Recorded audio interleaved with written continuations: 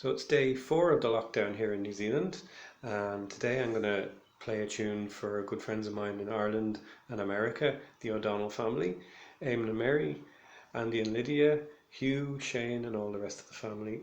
They're all big fans of horse racing, so I thought I'd play them an old Irish jig, which is the Milltown races.